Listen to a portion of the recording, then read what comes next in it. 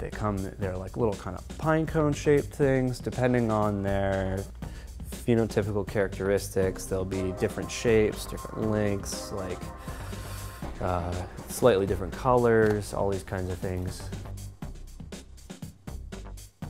Now it's time to learn about one of the most important ingredients in the brew process, hops.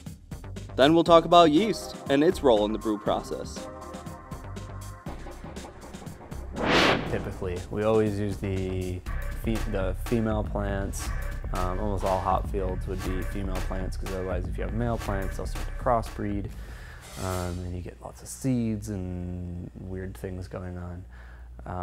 They're like little kind of pine cone shaped things. Depending on their phenotypical characteristics, there'll be different shapes, different lengths, like slightly different colors, all these kinds of things. But they're relatively uniform looking. From batch to batch, they'll be, or batch to batch, crop to crop, they'll look different, but for the most part, they look pretty similar.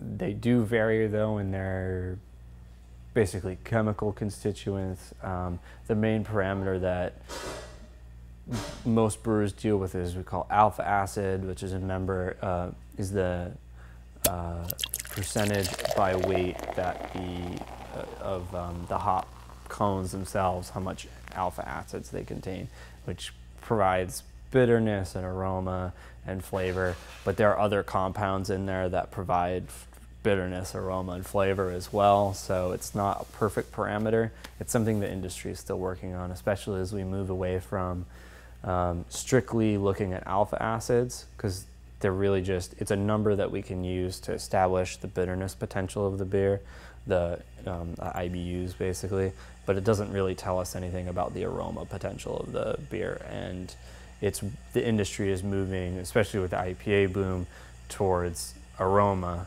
and flavor. We don't really care as much about bitterness. Like, it's just a good number, but it doesn't tell us anything about the hoppiness of the beer, really. Once upon a time, and still in some areas, farmers are growing based upon like alpha acids per acre, and just trying to chuck out hops with the highest alpha acids. And we've did come to find out that a lot of these high alpha varieties also tend to have some of the best aroma potential and flavor potential, because they had so much of these flavor containing oils in them, but it's not necessarily true. So we use one that's only 1.4% alpha acids, but we use an absolute ton of it because the aroma is so good. And then there are other, there's not a big class of hops, but a family of hops called noble hops that tend to come from like Germany and Austria. And one of those varieties is called Saaz.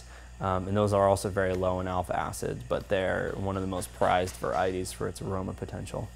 And then on the other side is some of those like American type of hops that people may have heard of, like Amarillo, Amarillo's like 14 plus alpha acids and huge aroma potential and huge alpha acids. Any hop can be put into any different form. Hops come in wet hops, which is hops fresh from the field, undried, unprocessed. They have a very short shelf life because of the high moisture content. They'll start to mold pretty quickly, but they have a particular aroma and flavor that you don't get from kiln dried hops. Everything after that is kiln dried. So then there are what we call whole leaf hops, which is just it's the flower of the plant, but it's gone through the drying phase.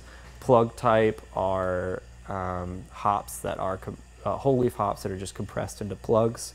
I believe they're 1 ounce increments, but I can't recall. They're not non-existent, but no one really uses them anymore because it's an imprecise weight. And then after that are pelletized hops, which are hops that are run through a hammer mill and then compressed into pellets. Then the last one is hop extracts. There's lots of different ways of making hop extracts. There's like steam processing and CO2 processing, and then soaking them in alcohol. I think is another one that they used to do. They used to be fairly rare. You'd only really see maybe large breweries doing them, but they're with the boom in double IPAs and people trying to remove the amount of what we call vegetal content going into the boil kettle, as well as looking for alternatives to reduce beer loss when dry hopping, because the hops absorb a lot of the beer.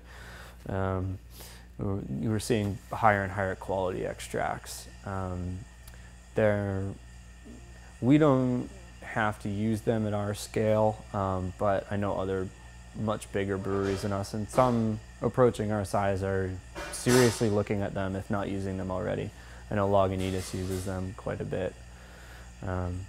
They can be very helpful for doing large scale, very hoppy beers. So hop availability, we've got, you've got your traditional whole leaf hop, you've got your hop pellet, you've got a hop plug, and you've got hop extract. That's a big topic of conversation amongst different breweries. Sierra Nevada, for example, swears by the whole leaf hop. A bale of hops is big, and it's hundreds of pounds, versus a pelletized hop, which is the whole hop's gone through a pelletizer, compressed into little pellets. We use hop pellets. And then there's also hop extract, which is CO2 is used in a liquid format, injected into a cylinder. It's a solvent that takes the resin, the alpha acids, out of the hop itself, and then it gases out back into liquid, or into CO2 gas, and it leaves the hop extract behind. That's what we use on the bittering side. So they'll take 20 pounds of hops and put it into a little tin of hops that we open with a can opener and pour it in. And it's wonderful because you get the bitterness, you don't get the, you put hops in, they absorb your wort, you lose beer. You put extract in, you're adding a couple ounces to your wort, and there's less trub in the whirlpool. And for us, it's all about the yield. So we get a better yield with our hop extract, and it's a better storage ability for us. The different yeasts out there, you've got pretty much your top fermenters, which are your ale yeasts, your bottom fermenters, which are your lager yeasts, and then over here you've got your wild yeasts, which are a whole different animal.